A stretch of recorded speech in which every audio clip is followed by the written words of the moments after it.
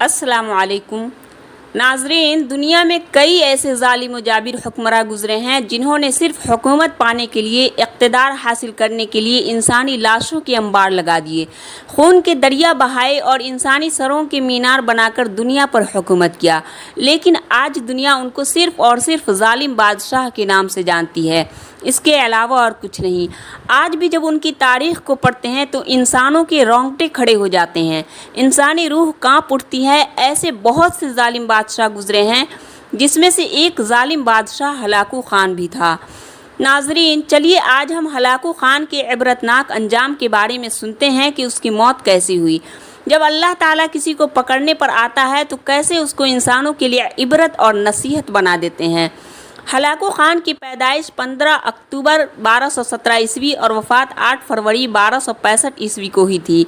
منگول کا مشہور حکمراں چنگیز خان کا پوتا تھا۔ ہلاکو خان ایک ایسا ظالم حکمراں تھا جس نے افریقہ کے صحراؤں سے لے کر ایشیا کی وادیوں تک اپنی حکومت جمانے کے لیے خونی جنگوں کی ایک تاریخ لکھی۔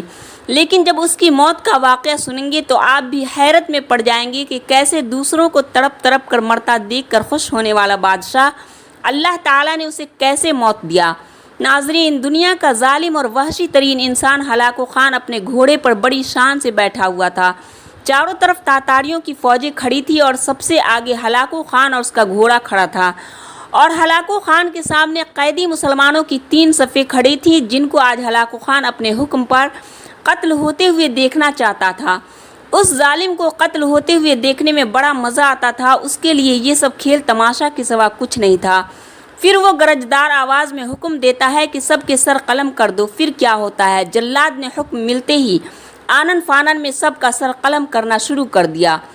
پہلی صف میں جب ایک کے بعد ایک کو قتل کرتا گیا تو اسی صف میں ایک بوڑھا بے قصور مجبور قیدی بھی تھا، اور وہ موت کے ڈر سے دوسری صف میں چلا جاتا ہے۔ ادھر گردنیں آن کی آن میں گرنے لگی اور وہ بوڑھا شخص موت کے ڈر سے پریشانی و اضطرابی کے عالم میں کبھی ادھر بھاگ رہا تھا اور کبھی ادھر، اور یہ سب منظر دیکھ کر ہلاکو خان کو بڑا مزہ آ رہا تھا۔ جب تینوں صفوں کا صفایا ہو گیا اور جلاد بوڑھے شخص کو مارنے ہی والا تھا کہ ہلاکو خان نے کہا رک جاؤ، اور بوڑھے کو اپنے قریب لانے کے لیے کہا۔ جب بوڑھا کو لایا گیا تو ہلاکو خان نے گرجدار آواز اور گھمنڈ میں اس سے کہا کہ میں تجھے مسلسل دیکھ رہا ہوں کہ تو پہلی صف سے دوسری صف میں اور دوسری صف سے تیسری میں بھاگ رہا ہے۔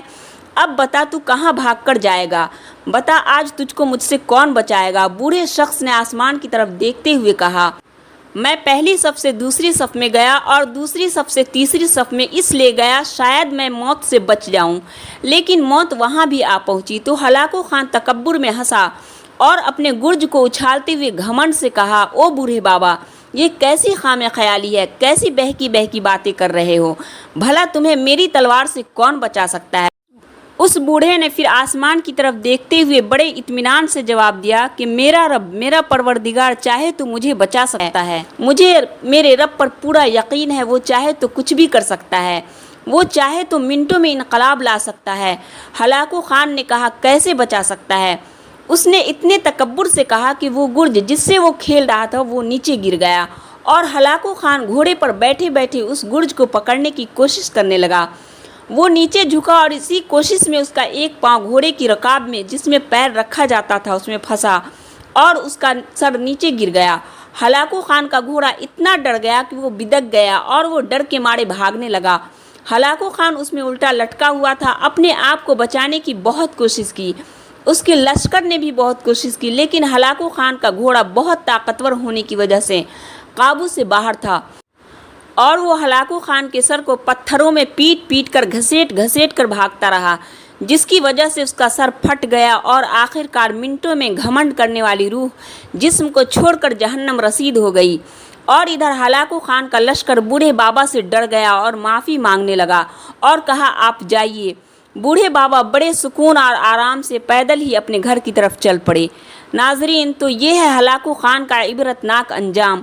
اس کو سننے کے بعد ہمیں بہت ساری باتیں سمجھ میں آتی ہے کہ مظلوم کی آہ جب کوئی ظلم سے پریشان ہو کر اپنے رب پروردگار کے سامنے رو پڑتا ہے اور اس کے دل سے جو آہ نکلتی ہے وہ آسمان کا سینہ چیر کر سیدھے عرش سے جا ٹکراتی ہے۔ پھر بڑے سے بڑا مغرور ظالم و جابر کا حال بھی ہلاکو خان سے بدتر ہوتا ہے۔ اس واقعے سے ہمیں یہ بھی سمجھ میں آتی ہے کہ ہمیں اللہ پر یقین کامل ہونا چاہیے۔ کیسی بھی رکاوٹیں، تکلیفیں اور آزمائشیں ہوں، ہمیں اطمینان اور صبر کے ساتھ اللہ پر یقین کرتے ہوئے اس کا سامنا کرنا چاہیے، اور یہ کہ ہمیشہ گھمنڈ اور تکبر سے دور رہنا چاہیے، کیونکہ یہ انسان کو منٹوں میں خاک میں ملا دیتی ہے۔ اللہ تعالیٰ سے دعا ہے کہ اللہ تعالیٰ ہمیں نیک اعمال کرنے کی توفیق دے، ہمیشہ اپنے ایمان پر ثابت قدم رکھے، آمین۔ ناظرین، اسی طرح کی سبق آموز باتیں، صحیح حدیثیں، سچے واقعات اور موٹیویشنل اسٹوری کی معلومات کے لیے چینل کو لائک، شیئر اور سبسکرائب ضرور کریں۔ اللہ حافظ۔